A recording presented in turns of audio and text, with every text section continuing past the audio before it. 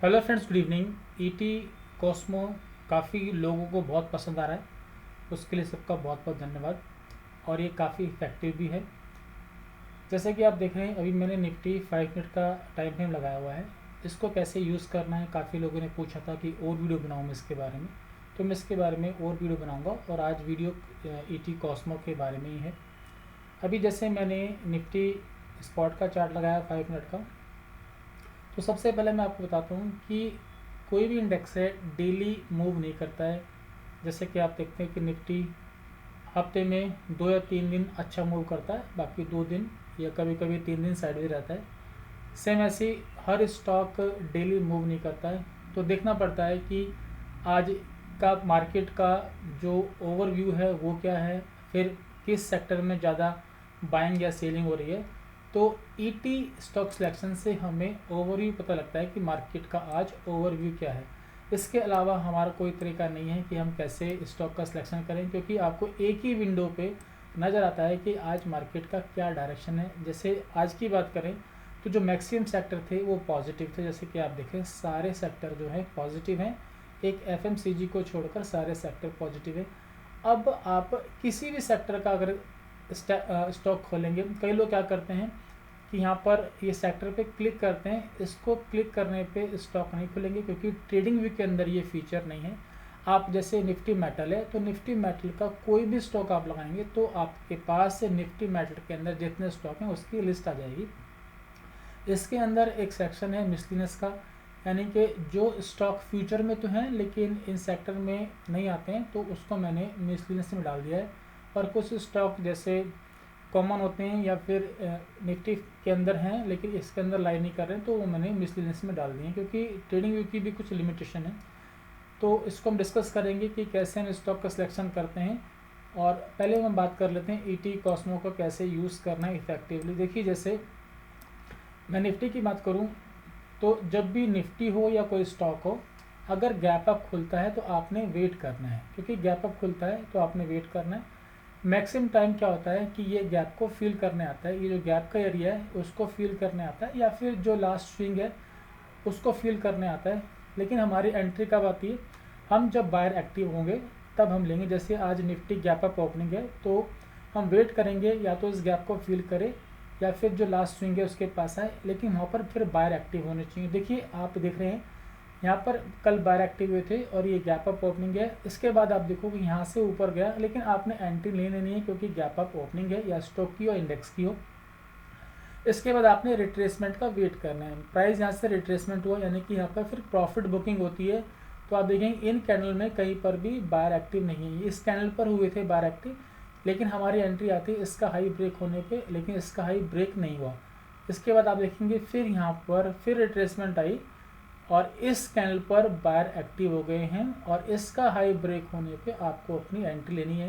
यानी ऑलमोस्ट यहाँ पे गैप भी फिल हो गया है और रिट्रेसमेंट भी हो गई है, और यहाँ पर बायर एक्टिव हो गए हैं। ये परफेक्ट एंट्री होती है। अब इसका हाई ब्रेक होने पे आप यहाँ पर कॉल बाई कर सकते हैं, फ्यूचर बाई कर सकते हैं, और आप छोड़ सकते हैं बड़े प्रॉफिट के लिए जब तक कि सेलर एक्टिव नहीं होते। तो देखिए, आप यहाँ पर पूरा दिन सेलर एक्टिव नहीं हुए, यहाँ पर आपकी बाई की एंट्री आई, और यहाँ तक आप कॉल में जितना प्रॉफिट, या तो आप एक सफिशिएंट प्रॉफिट रख सकते हैं कॉल के अंदर 20% 30%, या फिर आप वेट कर सकते हैं जब तक कि सेलर एक्टिव नहीं होते हैं। तो रिट्रेसमेंट का ये कॉन्सेप्ट है, क्योंकि जब प्राइस ऊपर जाएगा तो प्रॉफिट बुकिंग तो होती रहेगी। ये नहीं है कि एकदम से प्राइस ऊपर जाएगा। आप देखो यहाँ पर, यहाँ से इतना मूव किया, उसके बाद यहाँ से ये रिट्रेस हुआ, यानी कि यहाँ पर आप देखो प्रॉफिट बुकिंग हुई है, और यहाँ पर कहीं पर भी बायर एक्टिव नहीं हुए हैं। और जैसे यहाँ पर फिर बायर एक्टिव हुए, इधर इस कैंडल पर बायर एक्टिव हुए, तो यहाँ से फिर प्राइस ऊपर गया। लेकिन लास्ट टाइम में इतना जो प्रॉफिट मिला लेके निकल जाना चाहिए। ऐसा ही स्टॉक के अंदर भी होता है। तो स्टॉक का सिलेक्शन जब हम करते हैं तो आपने ये ध्यान रखना है, पहले आपने देखना है निफ्टी का ग्राफ लगाना है, और निफ्टी का जब आप ग्राफ लगाएंगे तो ईटी स्टॉक सिलेक्शन पर देखेंगे कि मैक्सिमम जो इंडेक्स हैं वो किस तरफ जा रहे हैं। तो जैसा कि आप देख रहे हैं, आज मैक्सिमम जो इंडेक्स है वो पॉजिटिव डायरेक्शन में है। तो आज प्राइस ऊपर भी गया, कल भी ऊपर गया था। तो अगर मैं बात करूं यहाँ पर परसों की बात करूं, निफ्टी के अंदर ही आप देख सकते हैं यहाँ पर, ये देखिए यहाँ पर 11 तारीख को ये ओपन हुआ था, रिट्रेस हुआ, लेकिन यहाँ पर बाइंग नहीं, बाइंग टॉप में आ रही है, फिर आप वेट करेंगे रिट्रेस का, क्योंकि रिट्रेसमेंट के तुरंत बाद आपकी बाइंग आनी चाहिए।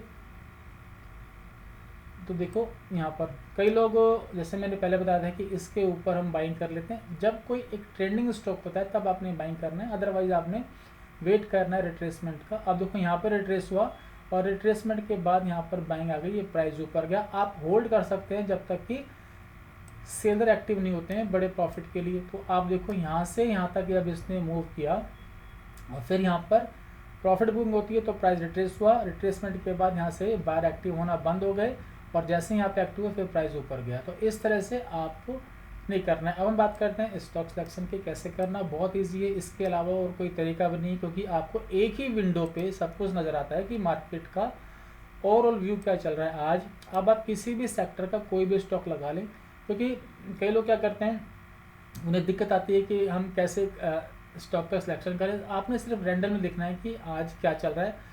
आप ये सेक्टर ले लें, ये सेक्टर कोई भी एक सेक्टर ले सकते हैं, लेकिन लेना है वो जो पॉजिटिव सेक्टर है, क्योंकि डायरेक्शन पॉजिटिव है। अब जैसे मैं निफ्टी मेटल की बात करूँ, कई लोग यहाँ पे क्लिक करते हैं कि यहाँ पर स्टॉक नहीं खुल रहे हैं। ऐसा नहीं करना है, क्योंकि ट्रेडिंग के अंदर ऐसा फीचर नहीं है कि यहाँ पे क्लिक करके स्टॉक की लिस्ट आ जाए। अगर ट्रेडिंग के अंदर ऐसा फीचर होता तो मैं 100% उसको मैं यहाँ पर डालता। अब आपने निफ्टी मेटल में जितने भी स्टॉक हैं उसमें से कोई भी स्टॉक आप यहाँ पर डालेंगे। तो जैसे मैं डालता हूँ टाटा स्टील की मैं बात करूँ, तो मैंने टाटा स्टील का स्टॉक यहाँ पे लगाया है। तो यहाँ पर निफ्टी मेटल के अंदर जितने भी स्टॉक हैं आपको यहाँ पर नज़र आएंगे। देखिए यहाँ पर जितने भी स्टॉक हैं और इसका भी डायरेक्शन क्या पॉजिटिव है। तो टाटा स्टील यहाँ पर है, ये स्टॉक ये है 5th नंबर पे। तो देखिए इसकी एंट्री जब अब आपको पता लग गया कि मार्केट का डायरेक्शन आज बुलिश है और ये सेक्टर भी बुलिश है, अब आप इसमें बाइंग करके चल सकते हैं।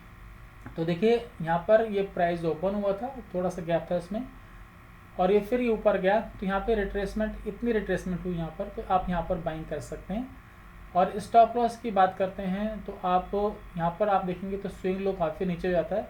अगर आपकी एंट्री यहाँ पर आई है तो ये स्विंग लो है, इस स्विंग लो का आप ऐसे लेके चल सकते हैं। या फिर ये जो आप जो लाइन देख रहे हैं सिग्नल की लाइन और बाई का सिग्नल मैच होना चाहिए। अगर इसके नीचे प्राइस क्लोज होता है तब भी आप एग्जिट कर सकते हैं, क्योंकि ये स्टॉप लॉस और टारगेट की सब्जेक्टिव मैटर है कि आप कितना लॉस बियर कर सकते हैं अपने कैपिटल का, 1% 2%, तो अपने हिसाब से आप लगा सकते हैं। लेकिन जो राइट वे होता है कि जो लास्ट स्विंग होता है, स्विंग लो होता है, उसका ऐसे लगाना चाहिए। या फिर इस जो सिग्नल लाइन है इसके नीचे अगर कैंडल क्लोज होती है तो आप एग्जिट कर सकते हैं। और टारगेट भी सब्जेक्टिव है, अपने हिसाब से टारगेट कर सकते हैं। अगर आप ऑप्शन में कर रहे हैं निफ्टी में तो आप 20-25% का, या स्टॉक ऑप्शन में कर रहे हैं तो 20-25-30% का आप टारगेट लेके निकल सकते हैं। या फिर अगर आप बड़े प्रॉफिट के लिए जाना चाहते हैं तो आप होल्ड करें जब तक कि सेलर एक्टिव नहीं होते हैं। तो देखिए पूरा दिन सेलर एक्टिव नहीं है तो ये बड़े प्रॉफिट के लिए ट्रेड है। कई बार अगर कोई स्टॉक गैप अप ओपनिंग होता है, जैसे मैंने अभी लगाया हिंदुस्तान जिंक, ये स्टॉक गैप अप ओपनिंग है, इसने बिल्कुल भी गैप को फील नहीं किया। आप देखेंगे गैप को बिल्कुल नहीं भरा है और रिट्रेसमेंट भी छोटी छोटी हो रही है।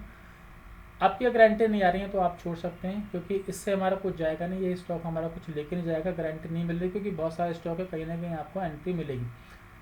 तो आप देखेंगे ये स्टॉक वन साइड गया क्योंकि बहुत बुलिश है और ये इस जो ट्रेंड आपको नजर है इसके ऊपर ट्रेड का, क्योंकि स्टॉक ट्रेंडिंग में है और हम वैसे स्टॉक में काम करते हैं जो ट्रेंडिंग में है। और कैसे पता लगता है, हम पहले सारे इंडेक्स देखते हैं कि इंडेक्स का डायरेक्शन किस तरफ है, फिर किसी भी इंडेक्स को हम पकड़ लेते हैं, फिर अपना जो पैरामीटर मैच करते हैं।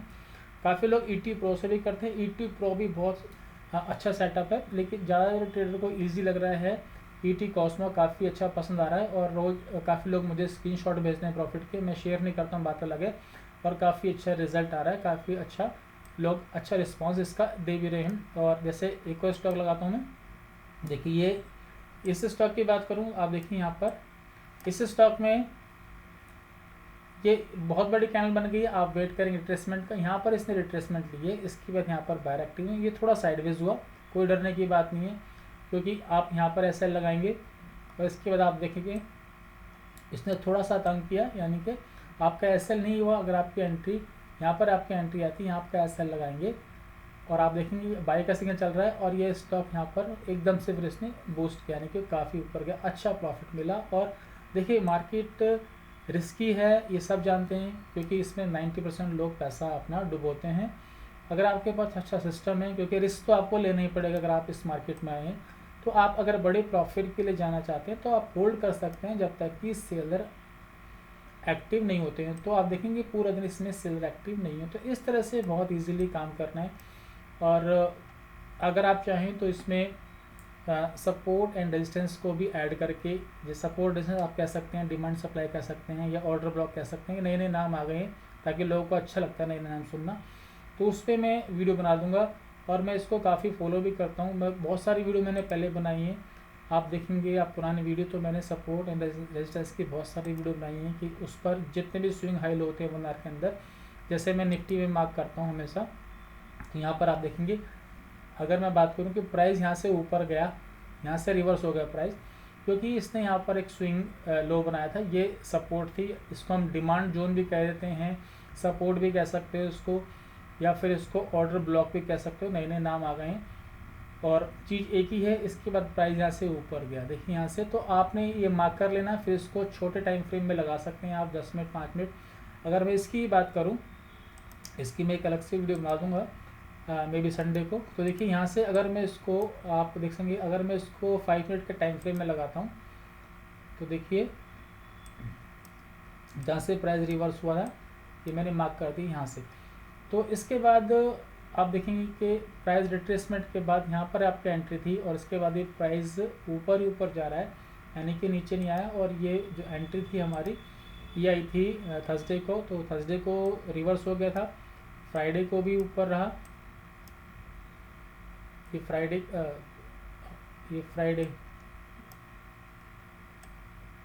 आज ही, तो ये फ्राइडे को ऊपर रहा। तो इस तरह से आप सपोर्ट एंड रेजिस्टेंस मार्क करके भी अच्छा रिजल्ट निकाल सकते हैं। तो इसमें इतना ही, बहुत बहुत धन्यवाद।